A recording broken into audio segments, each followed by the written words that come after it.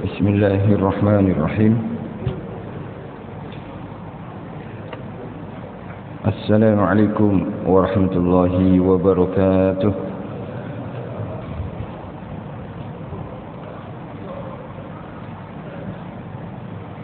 Nawaitu ta'allum wa ta'lim wa tadhkura wa tadhkir wa nafa wal intifa' wal ifada wal istifadah wal hasala tamassuki bi kitabillahi wa sunnati rasulih ibtiga ajlah qurbihi wa sawabihi ila hadrati sayyidina wa syafi'ina rasulillah Muhammadin abdillah wa ala alihi wa sahbihi wasallam wa sallallahu ruhil imam al-habib salim min adhuhir wa syatiri wa ila arwahi walidina wa walidikum wa amwatina wa amwatikum wa amwatil muslimin ammah wa man amara hadzal masjid sabiqan wa lahiqan wa man tasaddaqa fihi wa man abadallaha fihi innallaha yataghashahum birrahmah wal maghfirah wa yaskinhul jannah wa yahtimu lana wa lakum bil husna في خير ولطف وعافية وإلى حضرة النبي محمد صلى الله عليه وسلم الفاتحة. بسم الله الرحمن الرحيم الحمد لله رب العالمين الرحمن الرحيم إياك نعبد وإياك نستعين اهدنا الصراط المستقيم صراط الذين أنعمت عليهم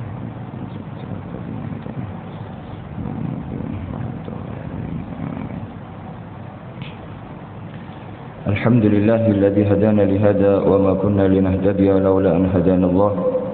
اللهم صل وسلم على سيدنا محمد مفتاح باب رحمة الله عدد ما في علم الله صلاة وسلاما دائمين بدوام ملك الله وعلى آله وصحبه ومن والاه ولا حول ولا قوة إلا بالله. رب اشرح لي صدري ويسر لي أمري واحلل عقدة من لساني يفقهوا قولي أما بعد. Yang dimuliakan oleh Allah Subhanahu wa taala, muslimin, muslimat, hadirin, hadirat, tuan-tuan, puan-puan rahimakumullah. Alhamdulillah, pada kesempatan kali ini saya mengganti daripada tempat ustaz yang sepatutnya mengisi pada pagi hari ini, tapi beliau tak dapat hadir. Jadi insya-Allah pada kesempatan ini kita nak kongsikan atau nak teruskan perkongsian kita mengenai salah satu karya daripada Al-Imam Hujjatul Islam Abi Hamid Muhammad bin Ahmad Al-Ghazali, lebih dikenal oleh Al-Imam Ghazali. Kita bersyukur kepada Allah Subhanahu wa taala, Allah memberikan kurniaan sangat besar kepada kita. Ini kurniaan iman dan Islam serta afiah, dan kita ada kesempatan, diberikan kesempatan oleh Allah untuk berada di rumah Allah Subhanahu wa taala. Untuk mengingatkan, mungkin sebahagian daripada kita terlupa duduk di rumah Allah, kita belum niat iktikaf. Maka kita niat iktikaf insya-Allah. Sebab hanya duduk di rumah Allah saja kita niat iktikaf, kita dapat pahala. Tapi kalau kita niat iktikaf di kedai mamak, tak dapat pahala kita. Kenyang kalau order makanan lah, kalau tak order tak dapat apa-apa. Tapi alang-alang kita berada di rumah Allah Subhanahu wa taala, kita niatkan ibadah, sebab ibadah ini mungkin kita anggap senang, mudah, remeh bahkan. Tapi nanti di akhirat ibadah akan menjadi satu nur, satu cahaya pada orang yang melaksanakan ibadah itu sendiri. Jadi sama-sama kita niat iktikaf di rumah Allah Subhanahu wa taala. Sebelum ini sudah kita kongsikan mengenai umat daripada Bani Israel. Dalam kitab ini diceritakan, yang paling akhir sekali kita kongsikan mengenai satu kisah seorang hamba Allah Subhanahu wa taala daripada kalangan Bani Israel yang beribadah kepada Allah Subhanahu wa taala selama 70 tahun. Siang dia puasa, malam dia qiyam. Allah bangga kepadanya. Malaikat suka melihatnya. Tapi Allah Subhanahu wa taala nak mencabar hamba tersebut. Allah mengutus pada hamba tadi yang telah ibadah 70 tahun full. Allah mengutus malaikat, wahai malaikat, katakan pada hamba-Ku ini, ahli ibadah ni, bahwasanya ibadah dia 70 tahun tu masih belum memastikan dia masuk surga. Bahkan dia boleh saja masuk neraka. Akhirnya malaikat dengan menyerupai atau berbentuk manusia datang kepada seorang hamba, pada hamba tersebut. Wahai hamba Allah, ketahuilah, kami tahu engkau telah ibadah 70 tahun. Tapi ada kabar mengatakan bahawa awak 70 tahun masih belum berhak untuk masuk surga Allah Subhanahu wa taala. Ini umat Bani Israel. Sebab kita memang surga itu sangat mahal kan. Tak boleh kita nak nak bayangkan dengan bayaran. Bahkan orang yang ada dunia ni saja, istilahnya kalau ada orang kaya sangat sudah, dunia ini milik dia seorang, dia nak beli tudung bidadari je tak lepas. Kalau dikatakan tudung bidadari yang ada dalam surga ni, tudung sahaja, bukan telekung dia, telekung lagi mahal. Tudung saja bidadari ini tak boleh dibeli dengan dunia dan isinya. Istilahnya kalau kita solat pun, setiap solat kita dapat duit 100.000. Solat subuh di At-Taqwa 100.000, Zuhur 100.000, 5 waktu dapat 500.000, sehari dapat 500.000. Lepas tu sebulan dapat berapa kita? Akhirnya ia jadi bilioner atau bahkan atas lagi. Tak perlu kerja sudah, semua duduk masjid 5 waktu. Tapi macam mana pun duit sebanyak apapun tak mampu untuk kita membeli bidadari surga. Bukan masuk surganya, tudung saja tak mampu. Dan hamba Allah Subhanahu Wa Taala ketika ada malaikat yang berkata macam ni, yakni awak belum layak lagi untuk masuk surga, bahkan awak masih besar kemungkinan untuk masuk neraka. Jawapan hamba tadi mengatakan, wahai, yakni dia tak tahu kalau malaikat, wahai hamba Allah, bahawasanya saya ni ibadah bukan nak kejar surga. Saya ni ibadah sebab saya melaksanakan kewajipan saya. Saya ni adalah hamba Allah. Hamba merupakan orang yang menghambakan diri, menjadikan dirinya sebagai pelayan, tunduk patuh kepada perintah Tuhannya. Jadi janji saya telah melaksanakan kewajipan saya, telah menghambakan betul-betul diri saya kepada Allah Subhanahu Wa Taala. Saya tidak peduli Allah nak letakkan saya kat mana. Allah nak letakkan surga, alhamdulillah. Allah letakkan neraka, bila Allah itu ridha saya di neraka, alhamdulillah. Terkejut malaikat dengar jawapan ini. Akhirnya malaikat, alhamdulillah. Macam tu jawapan awak dia balik kembali kepada Allah Subhanahu Wa Taala. Kemudian buat repot kepada Allah Subhanahu Wa Taala. Ya Allah, engkau lebih mengetahui apa yang telah dikatakan hamba-Mu. Sesungguhnya hamba-Mu telah berkata seperti ini, seperti ini, seperti ini. Wahai malaikat, saksikanlah hamba-Ku ni ibadah dia bukan apa, dia ikhlas. Dia memang betul ingin menghambakan dirinya, maka saksikanlah aku telah mengampuni dia. Sesungguhnya dia adalah termasuk ahli surga, penduduk ahli surga. Ini merupakan satu kisah yang terakhir kali kita kongsikan, kemudian disambung oleh Al-Imam Ghazali dan telah bersabda Rasulullah sallallahu alaihi wasallam, hasibu anfusakum qabla an tuhasabu wa zinu a'malakum qabla an tuzanu. Yang bermaksud artinya hitunglah dirimu sebelum kamu dihitung. Ini nak jadi orang selamat di akhirat ni. Imam Ghazali memberikan satu cara kita macam mana nak selamat. Maksudnya selamat ni masuk surga tak ada kesulitan, kesusahan, bahkan tak ada azab yang diterima oleh kita.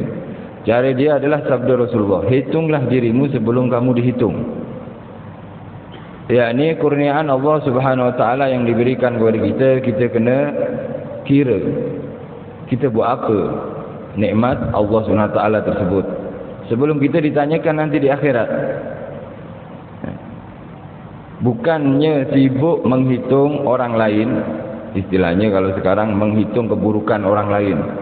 Pandai dia kalau nak cari kesalahan, keburukan, kesilapan daripada contoh petugas masjid misalnya. Wah, ini imam selalu datang lambat. Oh, ini dia siap lah, EJK lah, EJK ni kurang betul. Pandai dia. Dan tak sedar dirinya juga banyak kesilapan. Yang sepatutnya jangan sibuk nilai orang lain, melainkan kita nak bagi nasihat. Kalau setakat nak mengaibkan, memburukkan orang lain, maka perbuatan tersebut bukan perbuatan mukmin. Mukmin ini sibuk dengan menghitung dirinya sendiri. Asyik nak mengutuk orang lain kedekutlah, bakhillah, kikirlah, macam-macam dia kutuk orang. Tak nak bantu saya. Lala sekali dia sendiri kedekut. Ini time-time macam ni, macam-macam macam ni, kita di awal Zulhijjah, 10 hari Zulhijjah, kita banyak berzikir. Yang paling afdal ketika hari korban, hari raya adalah berkorban. Dia kutuk orang lain berkorban, dia tak nak berkorban. Padahal dia mampu. Dia tak sedar dengan sabda Rasulullah SAW yang mana Nabi bersabda, man lahu sa'atan li an yudhiya walam yudahi wala yahdur musallana. Siapa yang mampu berkorban tapi dia tak nak berkorban, asyik nak benda-benda ni dia tak suka. Dia suka kutuk orang misalkan. Ini bukan jamaah yang hadir di sini ya. Ini jamaah di luar sana. Jadi ada kemampuan sabda Nabi untuk berkorban, dia tak nak berkorban, maka jangan hadir tempat solatku, sabda Rasulullah. Istilahnya Rasulullah tak nak dekat dengan orang ni. Oleh sebab dalam mazhab Hanafi berkorban ini hukumnya wajib. Kita hukumnya sunnah kifayah, bahkan boleh sunnah muakkadah al-ain, sunnah ain, yakni per individu. Sunnah kifayah maknanya setiap satu rumah ada keluarga yang berkorban setiap tahunnya bila mampu. Dikatakan mampu tak mampu tu sekiranya orang ni ada nafkah selama 4 hari. 10 Zulhijjah raya, 11, 12, 13. Kalau satu hari dia perlu 200 contohnya, 4 hari maknanya dia perlu 800. Dia ada duit 800. Ada lebih, banyak. 800 lebih dia bahkan 100 ribu, 300 ribu. Tapi tak nak berkorban. Ini ditakutkan nanti Rasulullah tak nak dekat kepada orang ini.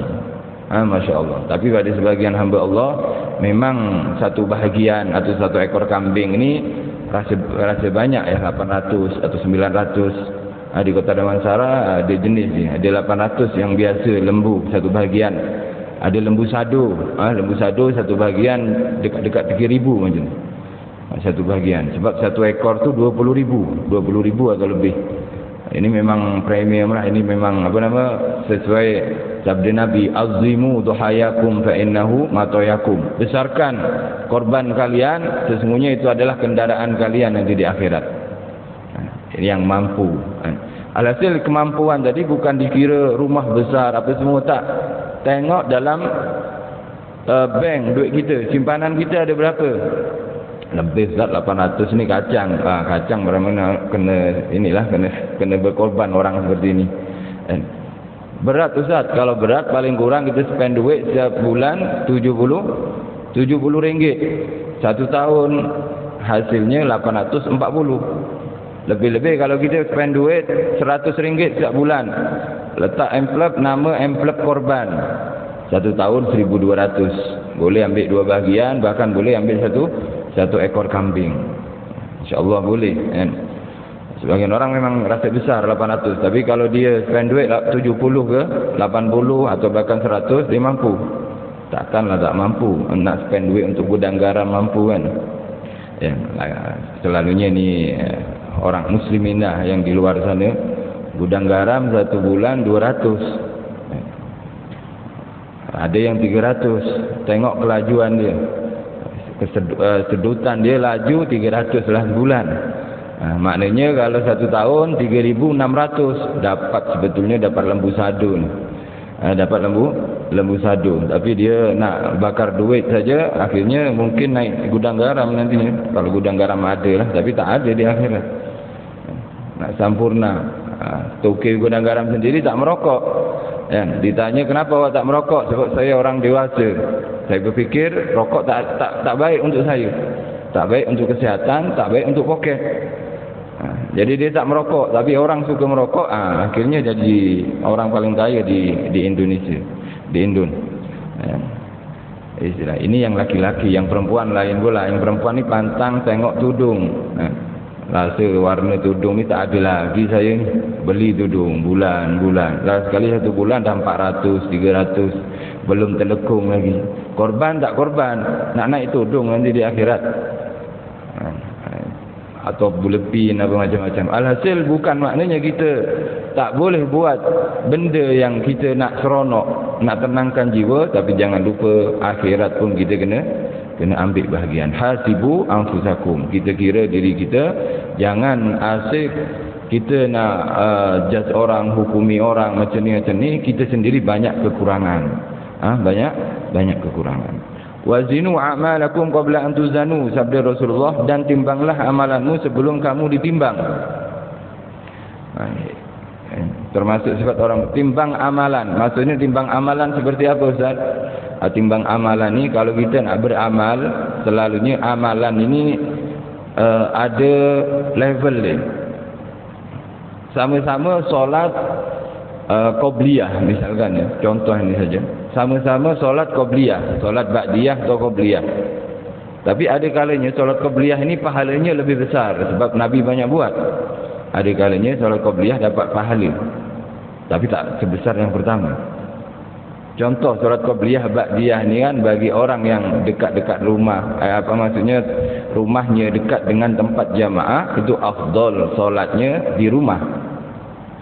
Jadi kalau kita sekiranya solat di rumah qobliyah ni, kita tak tertinggal takbiratul ihram bersama imam. Oh, rumah saya dekat je Ustaz, sebelah ini rumah saya. Saya solat qobliyah subuh, saya jalan pun masih belum qomat sini. Afdal solat di rumah. Istilahnya kita timbang amalan seperti ini. Oh, saya nak buat di masjid, tak ada masalah. Kenapa awak solat nak solat qobliyah di masjid? Sebab saya kalau solat di rumah, Ustaz, rumah agak jauh. Ada traffic light lagi, nak tunggu hijau kuning ni lama juga. Last sekali saya tertinggal takbiratul ihram. Orang macam ni elok di masjid, ditimbang. Tapi kalau kita mampu solat di rumah, maka solat di rumah qobliyah. Sebab kenapa? Nabi banyak buat qobliyah ini di rumah. Tapi bukan maknanya mesti di rumah nanti tertinggal dapat satu rakaat saja. Tak.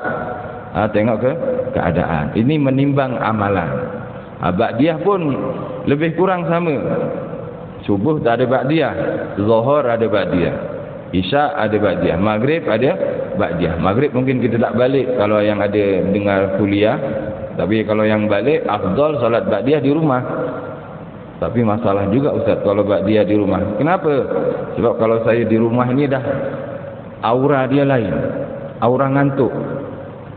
Orang ngantuk, tengok bantal, tengok remote TV, tengok pinggan, lapar macam-macam sudah. Jadi selepas solat isya, kalau tak solat ba'diyah di rumah, memang habislah. Tak solat memang saya ba'diyah.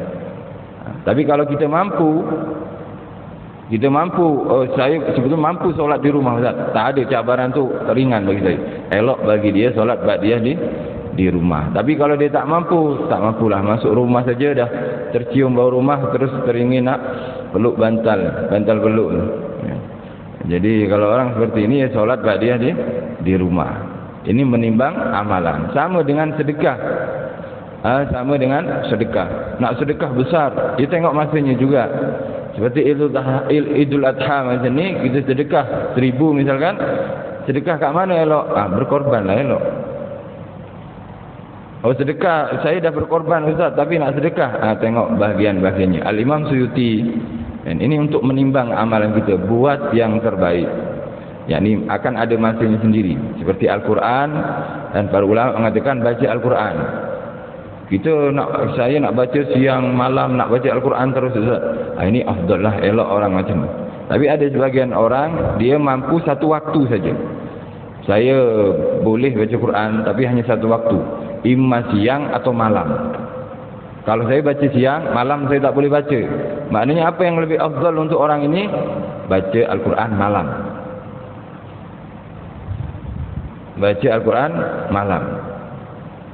Siang tak boleh ke? Boleh. Kalau kita elok lagi, kita pagi baca Quran, siang baca, petang baca, maghrib baca, isyak baca, semua dalam setiap masanya dia baca, ini afdal. Tapi ada sebagian keadaan ini, pada satu masa kita kena memilih juga. Maka pilihlah masa yang terbaik. di waktu malam. Sama dengan sedekah. Imam Suyuti kan, sedekah kata Imam Suyuti ini pahala dia ada 5 level, 5 tingkatan, 5 bahagian macam tu. Imam Suyuti Zakara Suyuti fi khumasihi anna sawab as-sadaqah khamsu anwa. Imam Suyuti menyebutkan pahala sedekah ni ada 5 jenis. Ada sedekah ni satu akan dibalas 10.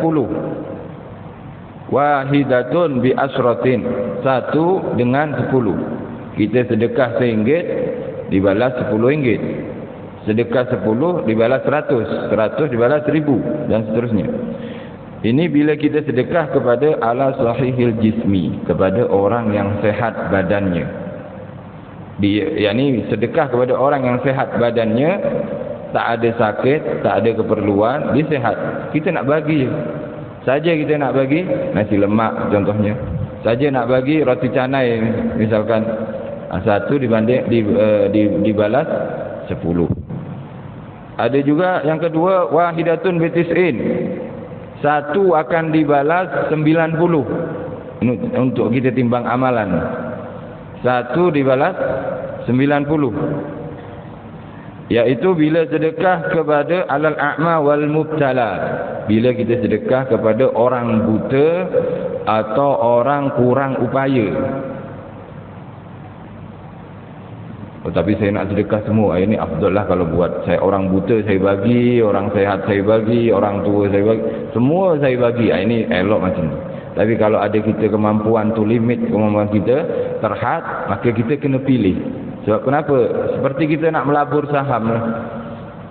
Kita nak melabur, ada pulangan 10 dividen dia atau pulangan dia 10%. Ada yang 15, ada yang 7, bahkan ada yang 20%. Mana yang akan kita laburkan duit kita? Kat mana? Kat mana satu? Pastinya kita pilih yang paling tinggi. Sebab nanti cepat kaya kita. Modal sama-sama katakanlah 5,000, tapi pulangan ni 20%. Yang satu lagi 10, yang satu lagi 7. Kita pilih yang 20. Lebih cepat dapat keuntungan, lebih banyak kita dapat keuntungan. Jadi bila sedekah kepada orang yang buta atau orang kurang upaya, pahala dia akan dibalas 90 kali ganda. 90 balasan dia. Nak senang, nak matematik, nak kira, RM1 kita sedekahkan, RM90 kita dapat masuk akaun akhirat kita, masuk simpanan akhirat kita. Kemudian berikutnya, satu wahidatun bitis emiatin, satu dibalas 900, besar lagi pahalanya. Kepada siapa? Wahya ala dzi qarabatin muhtajin, dan itu sedekah diberikan ke atas kerabat yang memerlukan. Adik-beradik, sepupu, pakcik makcik kita, bapa saudara kita, mak saudara kita, perlu mereka. Saya dengar saya punya sepupu tak bayar lagi bil api dia. Kenapa? Dia kena buang kerja contohnya. Kita bantu, kita bayarkan. Tak apa, berapa yang tak bayar lagi? Untuk satu bulan ni RM30 atau RM100 misalkan, kalau duduk di rumah yang bersubsidi ya. Kita bayarkan 100, maka balasannya 900. Masya Allah, dapat 90,000 nantinya kalau RM100 yang dia berikan, dia laburkan kepada orang tersebut. Allah akan membalas 90,000. Ini kepada kerabat. Ini kena tengok dulu kita. Jadi sebelum kita bagi orang sehat, ada tak OKU? OKU ada, tapi tengok kerabat dulu. Kerabat ada tak? Kalau ada, bagi kerabat. Naik lagi pahala dia, wahidatun bimi'ati alfin, satu akan dibalas 100,000. Daripada 900 kepada 100,000. Banyak ya. RM1 dibalas RM100,000. Kepada siapa? Wahya alal abawaini, dan itu sedekah diberikan kepada ibu bapa. Ibu bapa. Sebagian orang, na'udzubillah, sibuk melancong, makan angin kat mana-mana dia. Angin dimakan, tak tahu kerja apa dia. Makan angin kat luar negara. Lala sekali mak dia sakit di hospital, terlantar, dia tak urus pun. Nak bayarkan pun tak ada. Apa yang dia buat? Buka amal, buka kutipan. Ambil kutipan untuk apa? Mak saya sakit, padahal dia asyik makan angin je, asyik naik angin apa macam-macam lah dia, masuk angin jadi. Masuk angin badan tak apa, tapi otak masuk angin, masuk air, ini masalah jadi. Alhasil orang tua sangat menghargai pemberian anak. Doa dia akan doa selalu baik walaupun orang tua tu dah kaya. Ini orang tua saya ni dah pension dia je 50,000 Ustaz. Tapi kalau yang namanya orang tua ni sebetulnya, walaupun dia ada duit ke, dia barang semua ada, bila anak bagi sesuatu tu dan dia tahu anak tu tak besar pun gaji, tapi dia masih ada nak memberi orang tua, akan tersentuh rasa hati orang tua. Macam mana ustaz tahu? Saya kan orang tua, maksudnya orang tua daripada anak saya, maksudnya daripada anak saya. Bahkan saya tanya kepada sebagian orang-orang yang sudah berumur, bahkan dia pun ada pension yang sangat besar, saya tanya macam mana kalau anak tuan ni memberi sesuatu kepada Tuhan. Ya Allah Ustaz, memang kita rasa terharu, rasa terharu. Bahkan yang selalu memberi saya ni anak saya yang gajinya paling rendah dikatakan. Anak saya yang gaji besar ni tak pernah bagi pun. Ya mungkin dia fikir saya dah ada duit, tapi yang gaji paling rendah ni bagi saya duit. Tak banyak pun bagi 300 nak buat apa Ustaz? Yelah orang. Tapi satu pemberian ni lain ceritanya. Bahkan bukan setakat pahala yang akan dilipat gandakan ke 100,000 tadi. Doa daripada orang tua, Allah akan luaskan rezekinya, Allah akan kurniakan anak berbakti kepadanya yang akan membantu dia ketika tua nanti. Allah panjangkan umurnya, banyak khasiatnya, masih banyak keutamaan bila kita seronokkan hati orang tua ini. Jadi bila kita nak beramal, khususnya amal sedekah, lihat dulu orang tua kita. Ada sebagian orang tua mengidam apa Ustaz? Mengidam nak umrah, nak pergi umrah tak sampai-sampai. Kita umrahkan dia. Kadang dia ada nak satu makanan, kita bagi saja. Mak, ya kalau kita memang pemurah sangat, tanya hari-hari, mak nak makan apa mak hari ni? Ada nak apa-apa ke yang nak makan? Oh tak nak. Tak, betul ni, akak tengah, contohnya lah, saja-saja kita. Akhirnya kita bagi dia sesuatu yang dia inginkan, bukan mak saja ya, ayah juga ya. Lelaki pun orang tua kita juga, dan seorang ayah kita. Seperti itu. Maka sedekah seperti ini akan dibalas 100,000. Satu bimi'ati alfin, dengan 100,000. Yang terakhir, yang paling tinggi sekali, wa wahidatun bitis'imi'ati alfin. Satu dengan 900,000. Ini paling tinggi sini. Wahya ala alimin aw faqihin. Ini kepada orang yang sibuk berdakwah, tak dapat amplop, tak dapat bayaran, tak dapat gaji, tapi dia asyik mengajar orang. Ini selalunya ada di kampung-kampung. Kalau ustaz-ustaz bandar ni dah dapat bahagian daripada tempat dia selalunya. Tapi ada sebagian orang rumah dia pun dah buruk, kadang kekurangan keluarga dia. Apa kesibukan dia? Dia bukan tak nak kerja, dia sibuk mengajar anak-anak orang, sibuk memasukkan Islam orang-orang yang tak kenal dengan Islam. Akhirnya ya pastinya orang seperti ini sibuk dengan dakwah, sibuk dengan mengajar orang, tak ada yang menggaji dia, tak ada yang bagi duit dia. Kita bagi duit kat dia, pahalanya besar.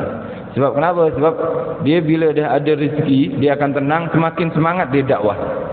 Manfaat daripada dirinya akan menyebar. Ini untuk orang yang memang tak dapat gaji kan.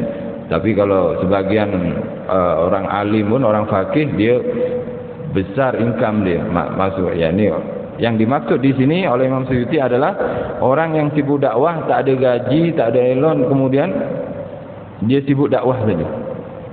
Keluarga banyak kekurangan. Maksudnya masalah ekonomi dia kurang. Kepada ini adalah alhasil kita kena menimbang amalan kita. Sedekah, tengok orang tua kita, kerabat kita, kemudian baru kita kepada orang-orang yang kurang upaya. Oh kalau macam tu saya nak sedekah semua Ustaz, 5 saya nak dapat, tak ada masalah. Yang 5 afdal, yakni kepada orang sihat dia sedekah, orang kurang upaya dia sedekah, kerabat dia sedekah, kepada mak ayah dia sedekah, ibu bapa dia sedekah, kemudian kepada orang alim yang seperti tadi, kriteria tadi, dia pun sedekah. Ini afdal lah, afdal.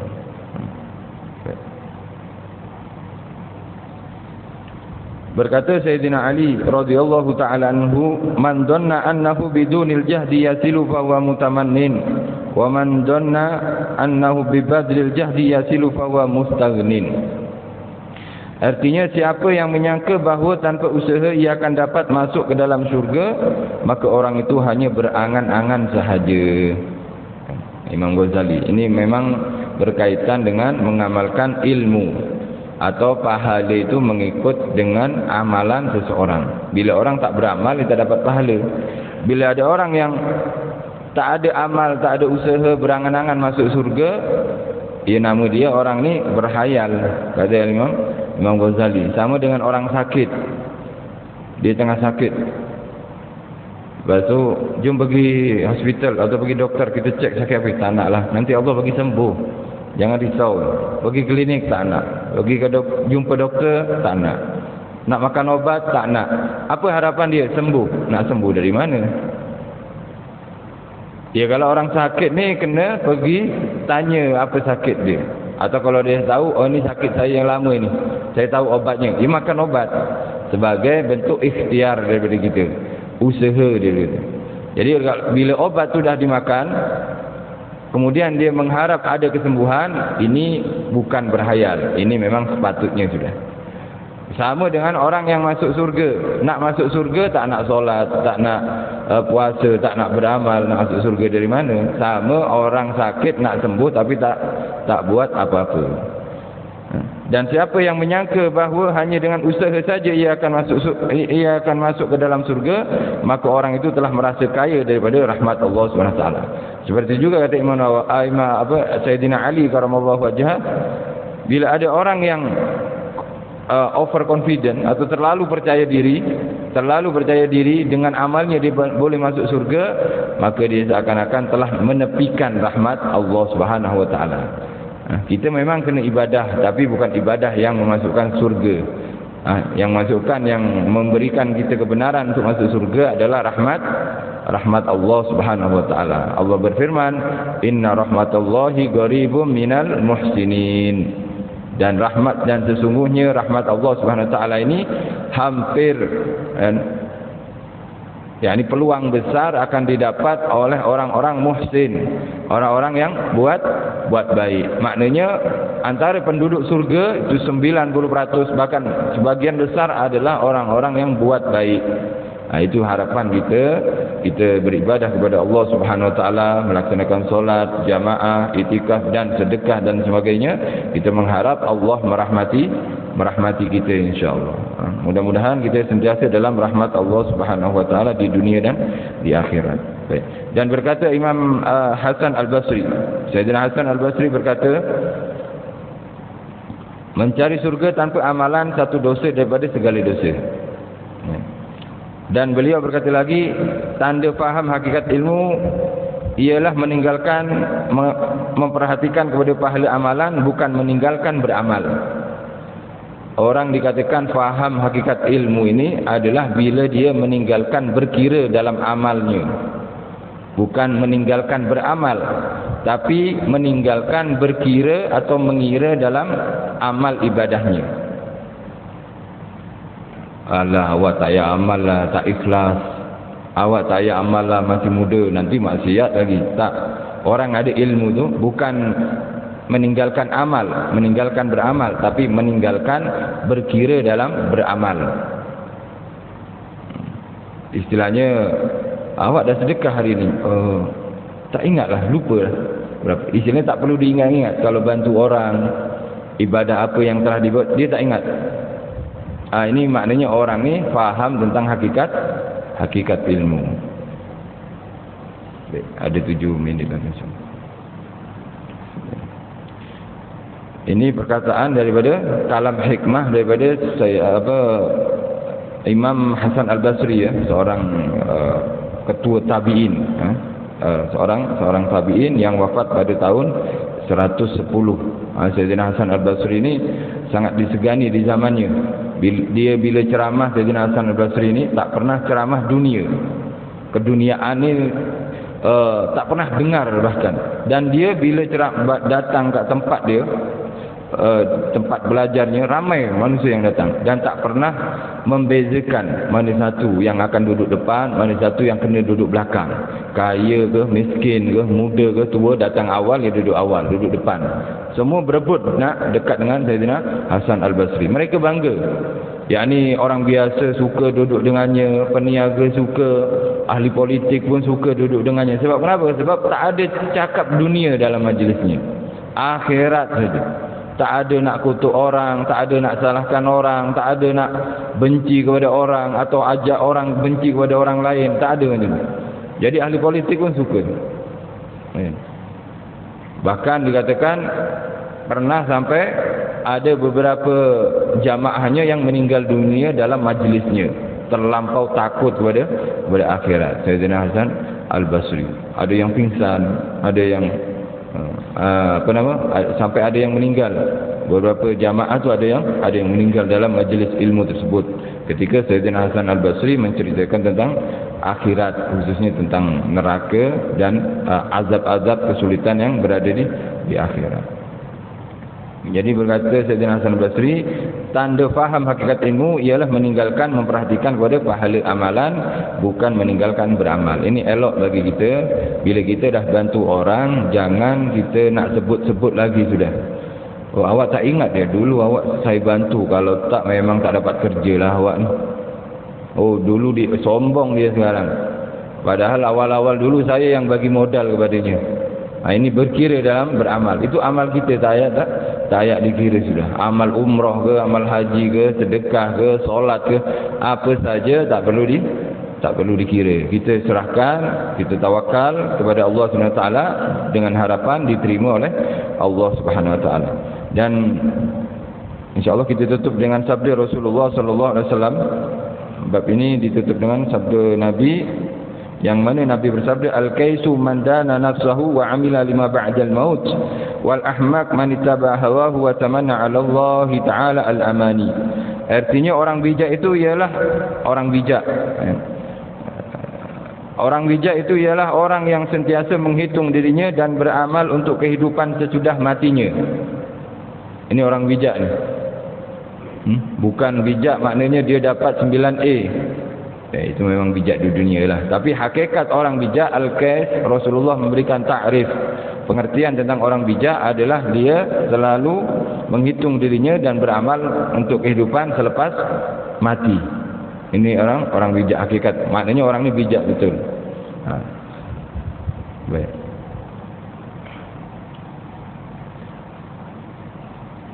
Macam mana beramal selepas mati? Ya dikira. Sekejap, saya nak cakap ni. Cakap saya ni ada manfaat tak untuk selepas kematian saya, atau manfaat dunia? Kalau tak ada manfaat, dia diam. Ini bijak orang ni. Saya nak jalan lah. Nak jalan kat mana? Nak habiskan minyak. Nak habiskan minyak. Buat apa habiskan minyak? Tak ada manfaat. Duduk je kat rumah. Oh tak, saya nak bantu orang. Oh, saya nak salam kepada orang. Ada. Saya keluar ni ada manfaat kepada kehidupan saya selepas mati, atau manfaat kepada orang lain. Ini bijak orang ni. Orang seperti ini dikira bijak. Dan orang yang bodoh kebalikannya ialah orang yang selalu memperturutkan kehendak hawa nafsunya dan hanya berangan-angan untuk mendapat kemurahan Allah Subhanahu wa taala. Nabi menyebut ini, memberikan takrif tentang ahmak. Ahmak ini level dia lebih teruk daripada jahil sebetulnya. Jahil tu kalau kita artikan kan bodoh juga. Tapi kalau ahmak ni atas lagi dia. Di atas lagi, di atas kejahilan. Itu ahmak. Ini dikatakan ahmak, orang yang selalu memperturutkan kehendak hawa nafsunya. Kalau hawa nafsu nak, sudah dia ikut je. Kenapa awak nak pergi shopping kompleks lagi ni? Saya tak tahulah, saya teringin nak beli benda ni, nak beli baju ni, nak beli beg ni, nak beli kasut ni. Ikut hawa nafsu. Nanti awak tak solat jamaah. Tak apalah, nanti panjang lagi umur, Saya tak solat jamaah asar, nanti maghrib saya jamaah lah. Lalu sekali maghrib tak jamaah juga, penat sudah. Balik-balik jam petang, penat, maghrib pun dah jamaah. Isyak pun dah terlampau dah selesa kat rumah. Asyik perhati beg baru je, kasut baru misalkan. Ikut hawa nafsunya. Seperti tadi tu. Orang yang tadi makan angin kat mana-mana tapi tak berkorban. Makan angin kat mana-mana ikut hawa nafsu tapi tak bantu orang tua. Ini dikatakan ahmak. Bukan jahil, atas lagi. Ahmak nama dia. Ini kita tak nak kutuk orang, tapi kutuk diri sendiri. Kadang kita buat sesuatu yang kita tahu benda ini tak ada manfaat, hanya hawa nafsu kita je. Baju dah melambak kat almari, 3 almari semua baju seorang. Baju satu orang, nak buat apa baju? Beg saja kadang 3 almari, masya-Allah. Nak show off hari-hari nak akhirnya Allah SWT akan naudzubillah disulitkan hisabnya nanti berbahaya. Bahkan disunahkan bagi seseorang bila dia dapat perkara baru atau barang baru yang lama itu disedekahkan kalau eloklah. Kita ada baju baru, ada jubah baru, ada telekung baru, ada baju baru yang lama disedekahkan, tapi bukan yang dah koyak tak boleh pakai, semua nampak ketiak apa semua. Kalau baju nampak ketiak, siapa yang nak pakai? Yang lama itu disedekahkan. Untuk apa? Untuk kita mengelak daripada banyak hisab nanti di akhirat. Sebab Allah beri amanah kepada kita, kesihatan, mata kita semua amanah kepada Allah. Tangan kita, mulut kita, kaki, bahkan juga harta yang diberikan oleh Allah Subhanahu wa taala. Nak selamat kita kena gentle lah, kena berani mengakui kekurangan kita. Yang seperti yang hadis awal-awal tadi, kita kena diri kita kira. Jangan kita takut kurang padahal kita kurang. Tak, kita mengakui diri kita kekurangan dan kita betulkan kekurangan kita, memperbaiki segala kesalahan kita. Sesuatu yang tak elok kita tahu, kita tinggalkan. Sebab kita semakin masa semakin bertambah usia. Semakin bertambah usia semakin tua. Kalau dah tua, dia semakin dekat dengan tanah sudah. Semakin dekat dengan tanah. Alhamdulillah, mudah-mudahan kita semua dikurniai umur panjang oleh Allah Subhanahu taala dalam kesehatan, dalam afiat, selalu taat kepada Allah Subhanahu wa taala. Alhasil mungkin ada manfaat boleh kita ambil, ada salah silap atau terkasar kata saya minta maaf. Terima kasih, jazakumullah khairan atas perhatian. Bismillahirrahmanirrahim. Alhamdulillahirabbil alamin. Allahumma shalli wa sallim ala sayyidina Muhammadin wa ala ali sayyidina Muhammad.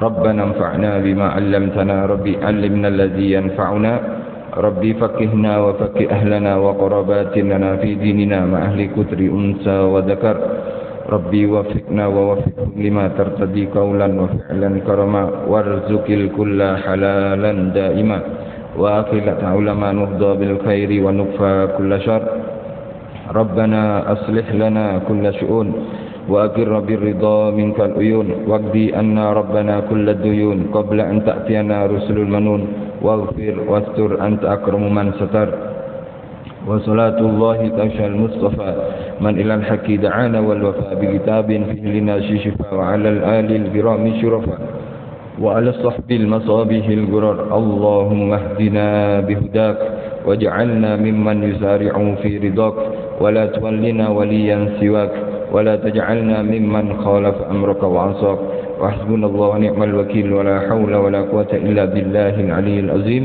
وصلى الله على سيدنا محمد وعلى آله وصحبه وسلم والحمد لله رب العالمين. الفاتحة. بسم الله الرحمن الرحيم. الحمد لله رب العالمين.